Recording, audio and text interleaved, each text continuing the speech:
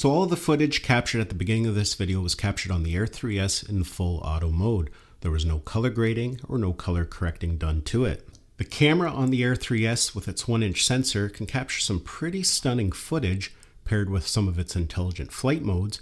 It makes capturing beautiful cinematic footage accessible to everybody, no matter what your skill level. The really nice thing about DJI drones is you don't have to be a photographer or cinematographer per se. You don't even have to be a super skilled pilot. Due to the capabilities of the camera and the intelligent flight features such as master shots, quick shots, point of interest, spotlight, and even cruise control, it allows you to get some really dynamic footage, dynamic movements that allows pilots, even people who have never flown before, to capture some really amazing stuff. Now, the DJI Air 3S has been out for about 6 months now. I've had a lot of time to fly it, test it out, and really get to know it. It's positioned nicely between the Mini 4 Pro and something like the Mavic 3 series. It's reasonably priced, offers a little more power, a little more functionality than the Mini 4 Pro, but you're not going to have the expense and the bulk of something like the Mavic 3 series. So for a lot of people, something like the Air 3S is the perfect choice when it comes to functionality and budget. Even if you're looking for a drone for travel or capturing your outdoor adventures,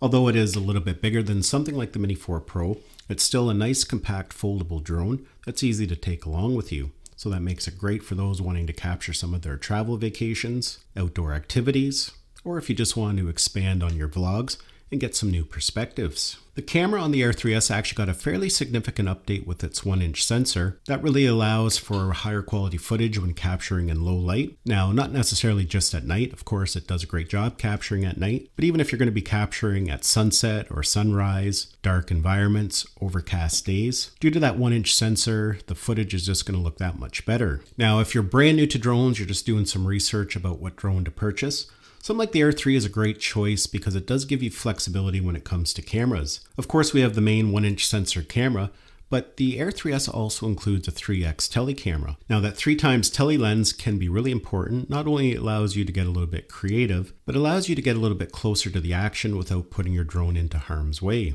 And that can be really important, especially if you're going to be using your drone to capture wildlife. Of course, you never want to get your drone too close to wildlife and disrupt them.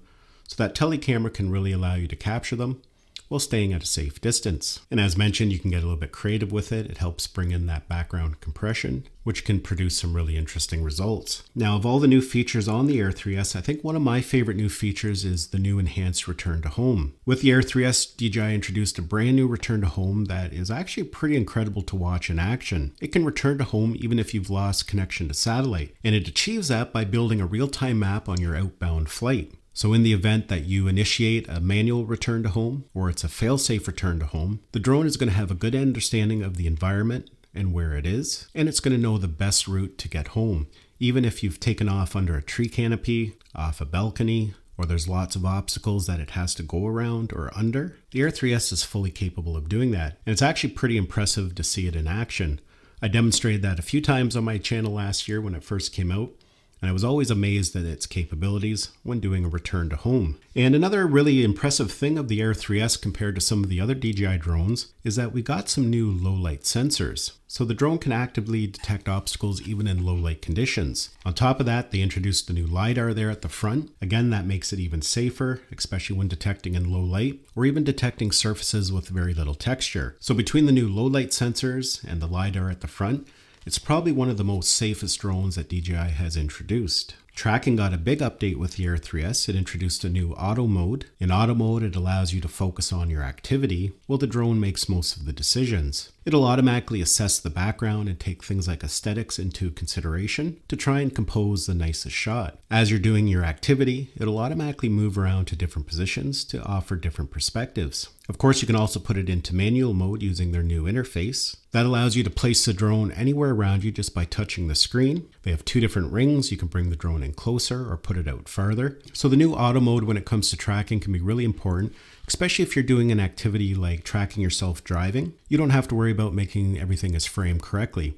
It's going to make all those decisions and try and come up with the best looking footage. And on top of that, while you're doing an activity like that, such as driving, the obstacle avoidance has been improved to help actively avoid road signs, even oncoming traffic. It can even detect if you go into something like a tunnel. Now, you still have to be very careful because obstacle avoidance is not a perfect thing. You can still hit things like wires, and thin tree branches. And it's always a good idea if you're doing an activity like that to make sure you have a spotter with you. So it's pretty impressive that it can do all that while still finding you the best visual perspectives. Now on top of that, there was a lot of new enhancements added with the DJI Air 3S, such as off-state quick transfer. Essentially allows you to transfer your content while the drone is powered off, even packed away in a trunk in the camera bag. You can connect it to your mobile device and get your content off.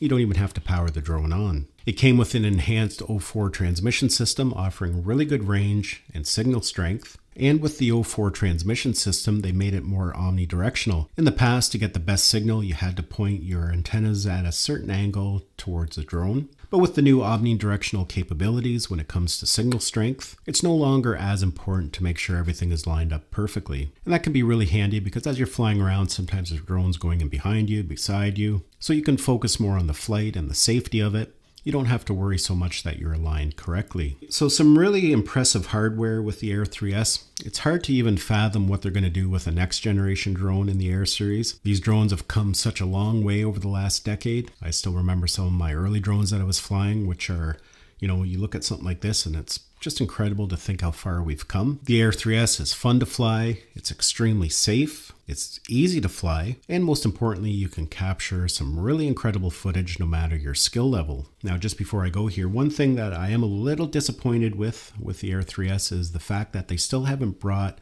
goggle compatibility to it. I was hoping that would come with a firmware update, and it still may come yet. These camera GPS drones, I don't really fly a lot with goggles, but it is a nice feature to have, and it would be a nice option. I'm still hopeful that that will come with a firmware update.